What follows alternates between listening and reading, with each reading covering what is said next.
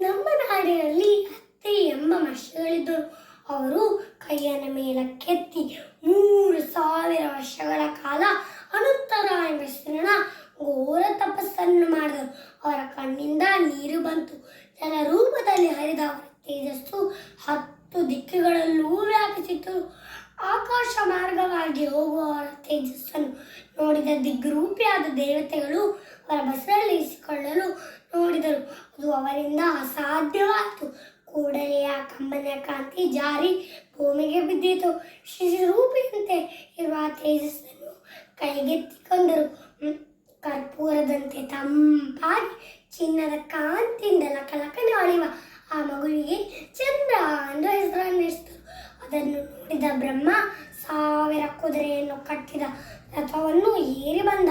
ಅವನ ಜೊತೆ ಸಪ್ತರ್ಷಿಗಳೂ ವ್ಯಾಪಿಸಿದರು. ಚಂದ್ರನನ್ನು ಸಪ್ತರ್ಷಿಗಳು ಸ್ತೋತ್ರ ಪಟ್ಟಣದಿಂದ ಹಾಡಿಕೊಂಡಾಡರು. ಚಂದ್ರನನ್ನು ಬ್ರಹ್ಮನು ಅವನ ರಥದಲ್ಲಿ ಕೂರಿಸಿಕೊಂಡು ಸಮುದ್ರ ಆಸಲ್ಪಟ್ಟ ಭೂಮಿಗೆ 21 ಬಾರಿ ಪ್ರದಕ್ಷಿಣೆ ಮಾಡಿದ. ರಥವು ಸಾಗುತ್ತಿದ್ದರೆ ಚಂದ್ರನ ತೇಜಸ್ಸು ಭೂಮಿಗೆ ಬೀಳತೊಡಗಿತು. ಅದರಿಂದ ವನಸ್ಪತಿಗಳು ಉತ್ಪನ್ನವಾದವು. ಭೂಪ್ರದಕ್ಷಿಣೆ ಆದ ಬಳಿಕ ಚಂದ್ರನು ತಂದೆಯಿಂದ ಆಶೀರ್ವಾದವನ್ನು ಪಡೆದು ತಪಸ್ಸನ್ನು ಆಚರಿಸಿದನು. ಅವನ ವಿಶೇಷ ತಪಸ್ಸಿಗೆ ಮೆಚ್ಚಿದ ಶ್ರೀಹರಿಯು ಮೈದೋರಿ ಏನು ಬರಬೇಕು ಎಂದು ಕೇಳಿದ. ಸತ್ಕಾರ್ಯದಿಂದ ನನ್ನ ಕೀರ್ತಿ ಸ್ಥಿರವಾಗಿ ಉಳಿಯುವಂತೆ ಮಾಡು ಎಂದು ಕೇಳಿದನು. ತಥಾಸ್ತು ಎಂದರು.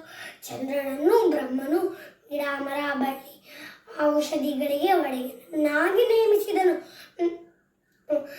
ಚಂದ್ರನು ಅವನ ಲೋಕದಲ್ಲಿದ್ದು ಅವನ ಕರ್ತವ್ಯವನ್ನು ಪಾಲಿಸಿದನು.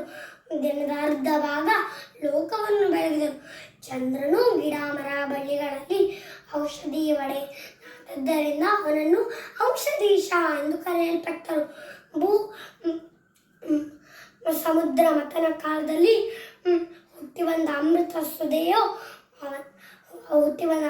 ಸುದೆಯ ರಕ್ಷಣೆ ಮಾಡುವ ಜವಾಬ್ದಾರಿ ಇವನದ್ದೇ ಆಗಿತ್ತು. ಚಂದ್ರನು ಯಾವತ್ತೂ ತಂಪಿನ ಕಿರಣವನ್ನು ಹೊಂದಿರುವುದರಿಂದ ಅವನು ಶೀತಾಕ್ಷು ಎಂದು ಕರೆಯಲ್ಪಟ್ಟರು. ಮಲದಂತಹ ಕಾಲ ಚಂದ್ರನಿದ್ದರಿಂದ ಅವನನ್ನು ಶಶಾಂಕ ಶಶಿ ಎಂದೂ ಕರೆಯಲ್ಪಟ್ಟರು. ಭೂಮಿಯಲ್ಲಿ ಹುಟ್ಟಿದ ತಾರಾಕ್ಷ ತಾಮ್ರಾಕ್ಷ ವಿದ್ಯುನ್ಮಾಲಿ ಎಂಬ 3 ರಾಕ್ಷಸ ಸಹೋದರರು.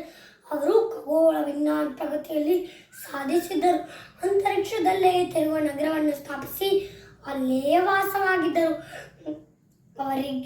ಅವರ ರಾಕ್ಷಸ ಬಲದಿಂದ ಜಗತ್ತನ್ನೇ ನಿಯಂತ್ರಣದಲ್ಲಿರಿಸಿಕೊಂಡಿದ್ದರು. ಅವರಿಗೆ ಸಾವನ್ನೇ ಗೆಲ್ಲುವ ತವಕ. ಅಂತ ಸುದೆ ಚಂದ್ರನಲ್ಲಿ ಇದೆ ಎಂದು ತಿಳಿದ ತಕ್ಷಣ ಚಂದ್ರಲೋಕಕ್ಕೆ ದಾಳಿ ಇಟ್ಟರು. ಚಂದ್ರನ ಬೆನ್ನಟ್ಟಿದರು. ಚಂದ್ರನು ಆಕಾಶ ಮಾರ್ಗವಾಗಿ ಕೈಲಾಸವನ್ನು ಸೇರಿದರು. ಶಿವನೇ ಶರಣಾಗಿ ಅಯ್ಯ, ರಾಕ್ಷಸರು ಅಮೃತವನ್ನು ಕುಡಿದರೆ ಲೋಕವೇ ಕೆಡುತ್ತದೆ ಎಂದು ಸರ್ವ ಸಂಗತಿಯನ್ನು ಭಯಭೀತನಾಗಿ ತಿಳಿಸಿದನು.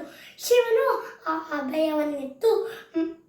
ಅಯ್ಯ, ನಿನ್ನಲ್ಲಿದ್ದ ಅಮೃತವನ್ನು ನಿನ್ನ ಒಳಗೆ ನೀಳಗೊಳಿಸು. ನಾನು ನಿನ್ನನ್ನು ನನ್ನ ಶರೀರದಲ್ಲಿ ಧರಿಸುತ್ತೇನೆ ಎಂದು ಹೇಳಿದರು. ಶಿವನ ಆಜ್ಞೆಯಂತೆ ಅವನ ಶಿರೋಭೂಷಣನಾದರು. ಅಂದಿನಿಂದ ಶಿವನನ್ನು ಚಂದ್ರಚೂಡ ಎಂದು ಕರೆಯಲ್ಪಟ್ಟರು. ಈ ಕಥೆಯ ನೀತಿ ಏನೆಂದರೆ, ಚಂದ್ರನು ತಾನು ಉಳಿದು ಲೋಕವನ್ನು ಉಳಿಸಿದ. ಚಂದ್ರನು ದೇವರಿಗೆ ಸಮರ್ಪಿಸಿದ ಚಂದ್ರನು ಇನ್ನು ಶಾಶ್ವತವಾಗಿದ್ದಾನೆ. ಅವನಲ್ಲಿದ್ದ ಅಮೃತವನ್ನು ಗಿಡ ಮರ ಬಳ್ಳಿಗಳಲ್ಲಿ ಔಷಧಿ ರೂಪವಂತೆ ಇಟ್ಟು ಪರೋಪಕಾರ